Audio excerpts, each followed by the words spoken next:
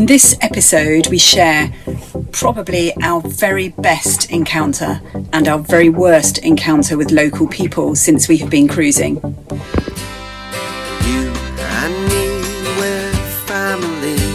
The bond that we share is as deep as the sea.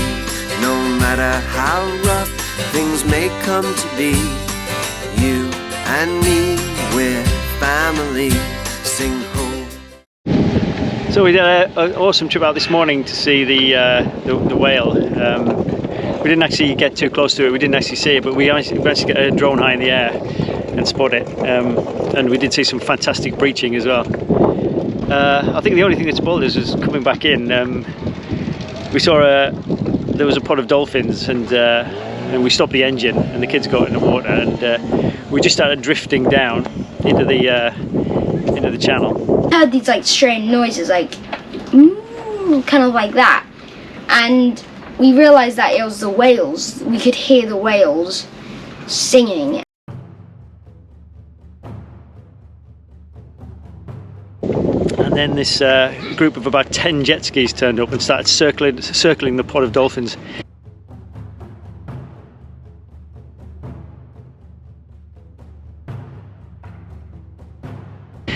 And then one of the jet skis came right up to where the kids were snorkeling and started swearing his head off, telling them to get out the effing water and all this sort of thing. So two jet skis speeding towards us. I got really scared. They were coming. They weren't stopping. They were not slowing down. They were just zooming towards me. I thought they couldn't see me. Whoa! Whoa!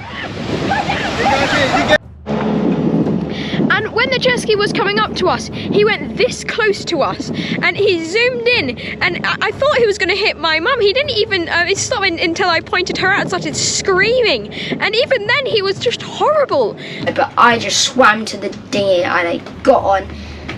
I was so scared. And this local started shouting at us, telling us to get out the effing water and go back to our own effing country, because swimming with dolphins were banned. Which it's not fair, because we weren't even trying to swim with the dolphins. They came over to us because the jet skis were circling them. He almost ran us over on the jet ski. I'm terrified now. I don't want to go in the water now, and that isn't good. That isn't something that should happen in some French Polynesian island. So my dad and my mum were just speaking. My mum was like, "You don't have to shout. We didn't know the rules." And he said, this is my country, this is my law. Well, yeah, and I know the law. We are really careful when we are around wildlife by maintaining a distance and not harassing them. And we didn't realise we had broken a rule because of the distance between us and the dolphins. The thing that we found most upsetting was the way in which that rule was communicated to us and the speed at which jet skis and other powercraft are allowed to move around this area. It's not the first time we've had aggression from the locals around here. This place is supposed to have a reputation for friendly locals, and we've had actually more aggressive interactions here than anywhere else we've been. It's been incredible. It's like you get the impression that tourists are just not welcome. And I had heard reports of that actually on the forums before, that I think COVID really kind of set up a bit of animosity between the local residents and cruisers. And last year some kid was killed by somebody driving a dinghy particularly aggressively close to the anchorages, and actually ran over some poor kid. So that's the impression we left with this place. It's beautiful. I mean, it's stunning beauty. But you know, the local people haven't been that friendly, to be honest. I'm not one for disparaging anywhere we go, because I always feel like we're guests in a country, and you know, you kind of you roll with the punches, whatever that is. You know, if it's a Muslim country, then you cover up, and you know, if you go to a Buddhist temple, you cover up, and you interact with people in a certain way, and you try and follow the culture. But I don't know, it's a very strange place. We don't really feel like we've been welcomed here at all. But it doesn't take away from the natural beauty of the place. It's stunning. This way, So that's it, we're leaving Moorea. It's evening, we're going to do an overnight passage because it's about an 18-hour journey. Okay, so we're just trying to get out before the sun goes down. We're at the boat behind us. We're neutral now.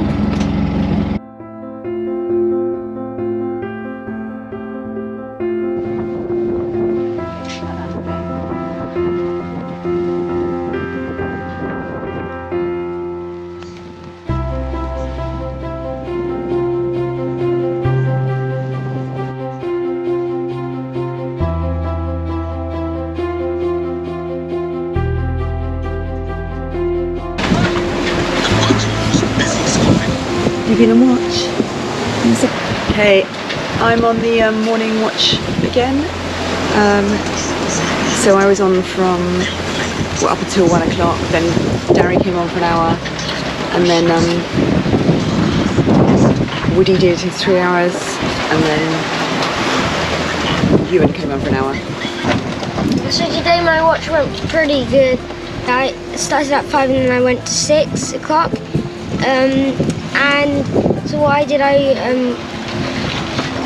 I felt this like shaking, and I was like confused, and then Mum was like, you have to wake up, and I realised, oh, it's my watch, isn't it? I was really confused why Mum was shaking me, so I went up. I went up and Dad said it was 5 minutes until my watch, so I went back down, got my t-shirt, put it on, and then got my jumper and put on, and then I went up again. I got my life jacket, I went up, and then yeah, I kind of just did my watch. I only saw 3 lights, what I'm guessing are fishing boats, and the highest wind power was 19 knots, and then nothing really happened actually, and then Mum came up and then it ended, but I didn't go to bed because I was just like, I normally wake up at 6 and I kind of just can't get back to bed. I'm still tired, so I'm just gonna take like a nap kind of, and I'm just staying here. So it's the morning and we're just approaching the island of Huahine. It's one of the Society Islands. It's been pretty good steady winds, and we've been making a sort of good speed of 5 to 6 knots.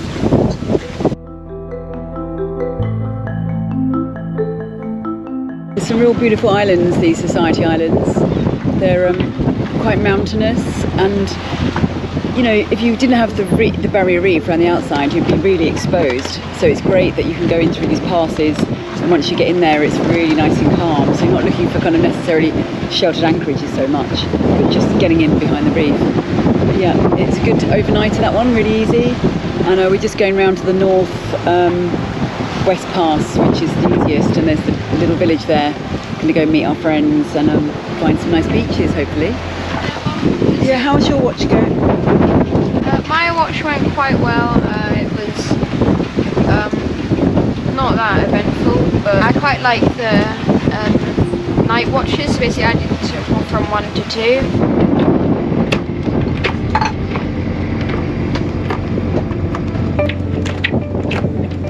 Wow, look at that. It's an amazing reef down to go snorkeling on. It's always nice to get inside the reef, and it's nice and calm. And yeah, the first thing is everyone's tired and a bit hungry, so we always start with a good breakfast. And our friends on Festina Lente, very kind, they brought us some real fresh bread. So it's beans and egg. These French Polynesian islands, they're really into their baguettes, so you know, that's the kind of thing that you do for lunch and whenever you can, really. It's really nice. Great. What do you think about baguettes? Baguettes are so good. I'm so looking forward to a lazy day on the beach. This is like the best place we've been in on the boat. Oh, it's like a postcard beach.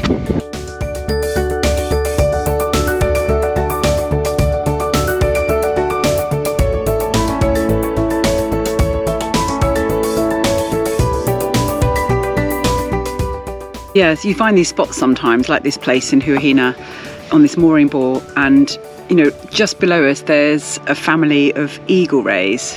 There's about 14 to 20 eagle rays that just are hanging out, and they've been like there for a few days now. And they've obviously got this kind of spot where they get good feeding, and there's a nice current going through. So that's really amazing to see.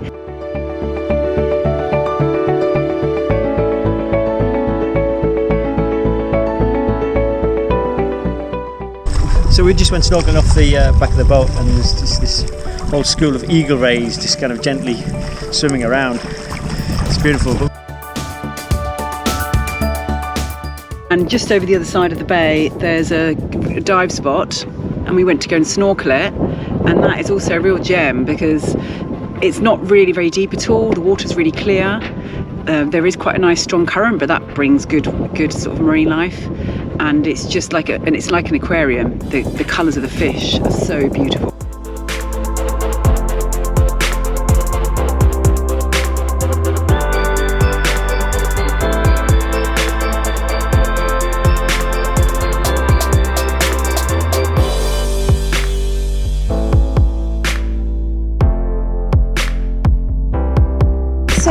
just out here on the Oppie. It's beautiful. It's just so kind of clear and so aquamarine.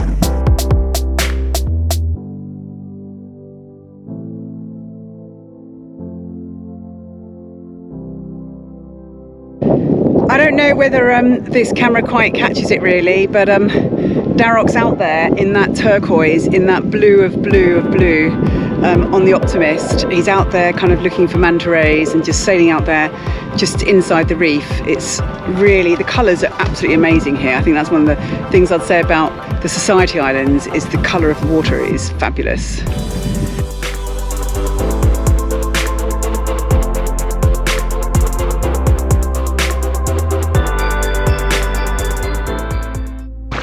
So we're off this morning to go and learn how to make coconut bread. This guy just randomly came up to us on the beach yesterday and said he would love it if we could all come, and he's going to show us how to make it.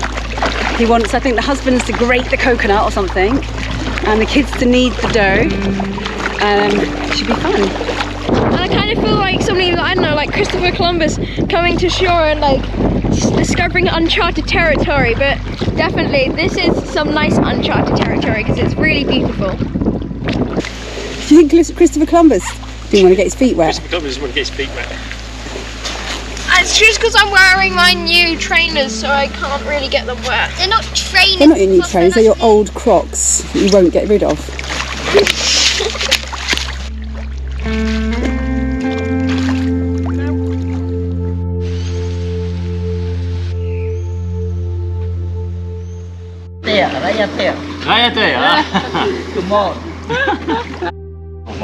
Okay, now it's Woody's turn to go in the canoe. This guy insisting that all the guys have a go. Well, this is exciting. Going off on a canoe trip myself.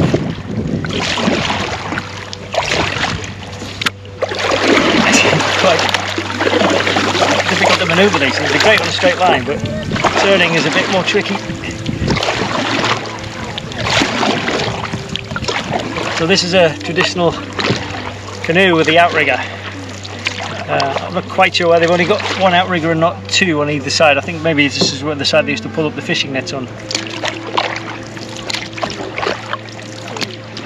It's got a very shallow draft, so I can see how I can kind of quite easily glide over the coral heads and the bommies. This is beautiful.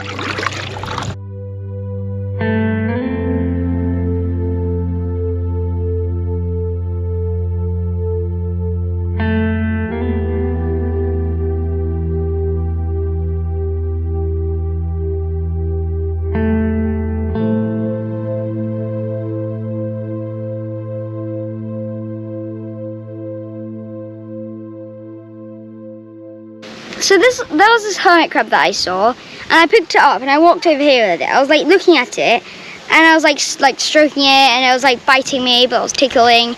And then it fell out, and I was like, oh no. So I looked down and I like tried to put the shell back on, and I realized I can't put it on. It has to fit it on in itself.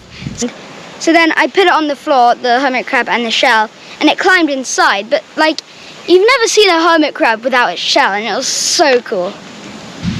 So these are cheese plants. They're a parasitic plant, and they like start like this. They crawl across the ground until they find a tree. Like this, they have climbed all the way up to the tree, and they start with these kind of leaves. Then they move on to kind of like those kind of leaves. Even though those are not the type of leaves, they look like that. And once they get to a high enough area, they make into the adult leaves, like that one over there. And so what they do is they kind of like split, and then they get the sun from the highest point, so they don't have to use all the energy to make a massive tree.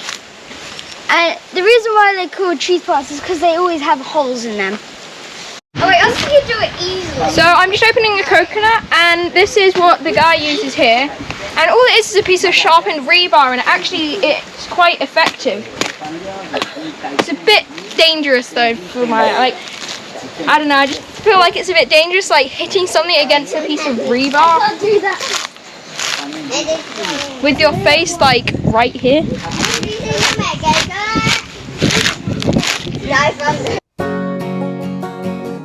The gentleman who he seems to be we thought he was the caretaker of the beach. He takes really good care of it, but apparently this is his land, and he's really welcoming to tourists, which is, he's very keen for people to get involved in learning how to make coconut bread. He encourages them to get the wood for the fire, and he's letting us use his tools and teaching us how to use, how to strip coconuts, how to get the coconut out, and then we're going to make bread from it.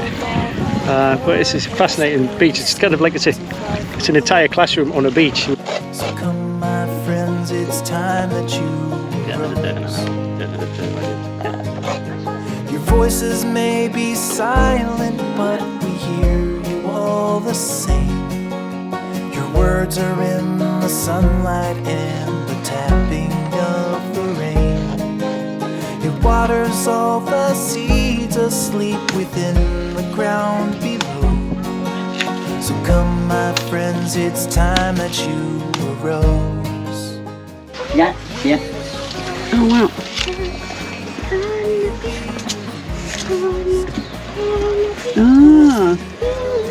So we've got coconuts, flour and coconut, farine et coco, and then some fresh coconut.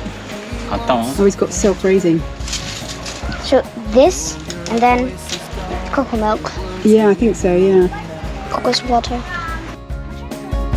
The lessons of the past can lead.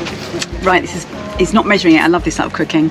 He's chucking in the coconut, the grated coconut, the coconut milk. He's squeezed out some of the coconut, so we didn't use all of the actual coconut mince, just squeeze some of the milk out of it. He's just getting the right consistency basically. He's just adding flour when he needs to and putting in this gorgeous fresh coconut juice. And it's really good fun actually. My kind of cooking. Will be released as the echoes of your voices fill the air. We won't give up, we won't surrender. Though your voice is gone, your words we will remember.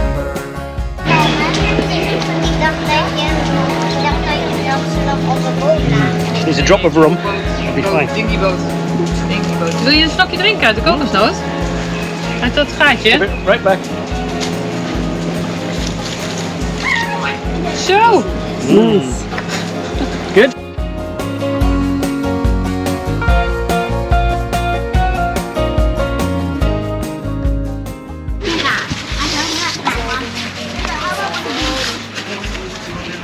This leaf is from here?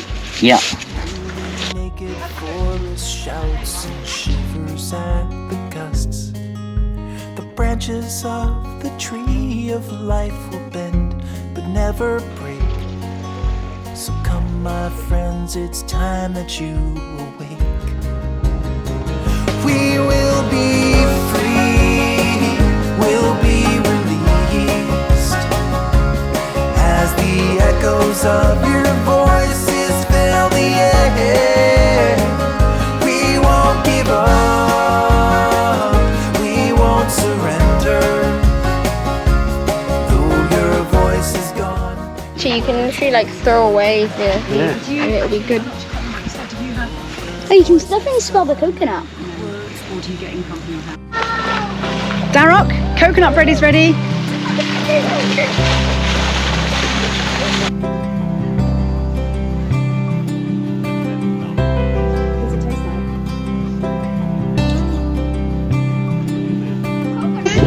Nicer than nice.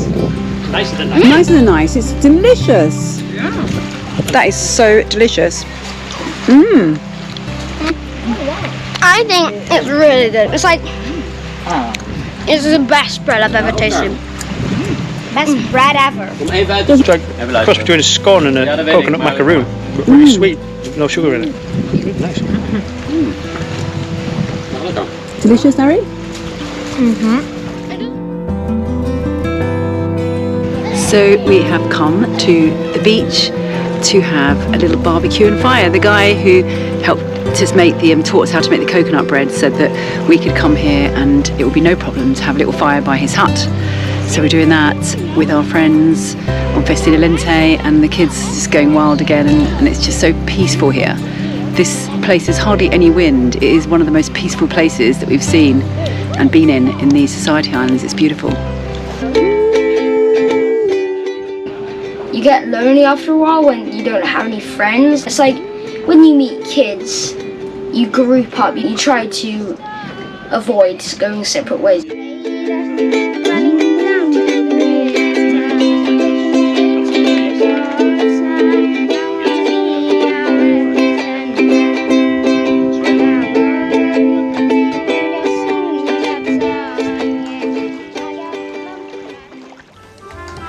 So stay tuned for more adventures as we sail around the world. If you want to find out how to fix your boat, go to our Mothership Maintenance channel, and if you've got any questions you want to ask us, join our Patreon family. I had a dream last night about a boat. It was pink and green with a stripy mast. It had spotty sails and a golden flag. I said, hey, I had a dream last night